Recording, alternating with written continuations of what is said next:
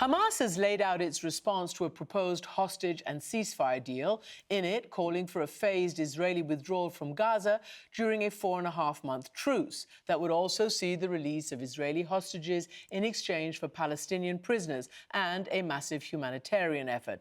But in a press conference tonight, Israel's Prime Minister Benjamin Netanyahu says it's not happening and the counteroffensive will continue apace.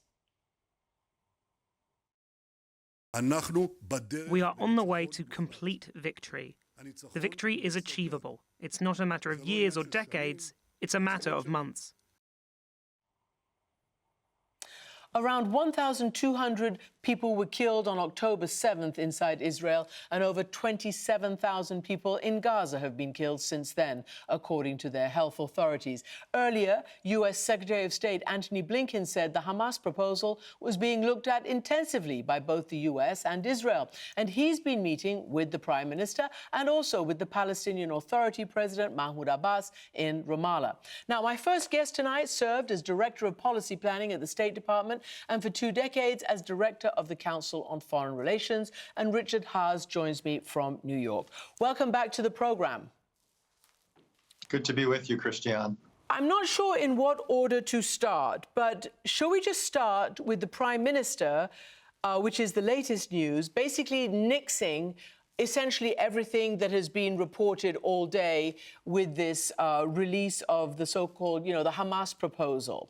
What do you make of him saying no and that they're going to continue to complete victory? Well, I'm not surprised, but what did take me aback a little bit was his comment that complete victory, that annihilation of Hamas, its elimination, is in sight. I find that hard to imagine because I'm not sure it's an achievable goal given the nature of Hamas, Kристиан. So I just don't understand the logic that so many more days or weeks or months of Israeli military activity will solve the problem for them. And it still doesn't obviously include anything about what would come afterwards in terms of governance. So I don't think a lot of people in Israel are going to be persuaded by that. And obviously he's going to come under pressure to at least not reject out of hand what Hamas is offering, because it does open up the possibility of getting the remaining hostages back. So I heard what the Prime Minister said, but it seems to me not a sustainable position to simply say, we're going to continue doing what we're doing and we're not interested in anything that's being discussed. Just on one issue, the general in charge of part of the operation in Gaza, particularly in the south, would fail to be drawn. He wouldn't answer when he was asked, do they know whether Yahya Sinwar, the top Hamas leader that they're all after, is he still there? Have they got him? Are they closing in on him? And the reporters seem to say that, he left open the possibility that Sinwar could have escaped across the border into Egypt or elsewhere. How significant would you say that is in light of what the Prime Minister said tonight, we're going to continue to total victory? Well, it is significant because one of the ways the Israelis could argue that a lot of what they've done was justified is by capturing the Hamas military leadership. But you don't need massive military operations to do that. I would think something much more discreet or measured or targeted is what you might have in mind. It's also, by the way, one of the reasons I have trouble imagining any Israeli government agreeing to an absolute open-ended ceasefire. If the day after they agreed to it, they somehow got intelligence that they could get this or that Hamas leader, it's hard for me to imagine, at least, I don't know about you, but it's hard for me to imagine them not acting on it. Mm-hmm. So again, I could see the Israelis signing up to some type of a cessation of major military operations.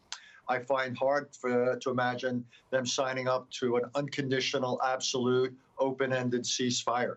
Mm-hmm. So given the fact that the Prime Minister didn't make any distinctions between what he might and might not do other than go full steam ahead on the military, where does that leave Secretary of State Blinken, who's there still trying to conduct negotiations? He's shuttled between, as you know, other allies in the Gulf region, now in Tel Aviv and in Ramallah. Where does that leave the American effort? Well, essentially now you've got two ideas out there. You've got the one, the United States with Qatar, Egypt, and Israeli representatives were negotiating a more modest, 45-day or so ceasefire proposal, basically another pause with various hostage and prisoner exchanges. And then you've got the Hamas idea, which is much longer, but also calls for Israeli withdrawal, which is a big thing, and essentially an end to the conflict. And it's almost what Hamas has put on the table, Kристиан, is a return to what existed before October 7th. And that's, my guess is that's a bridge too far for Israelis. So I think what Tony Blinken ought to be doing is work on something that doesn't rule out what Hamas is putting out there or something ambitious, but one step at a time. So I think the idea of continuing to press for a limited pause, whether it's a month, 6 weeks, 2 months, what have you, with aid going in, hostages coming out, some prisoners being exchanged, I think is the smartest way to go, and it doesn't rule out something more ambitious down the road.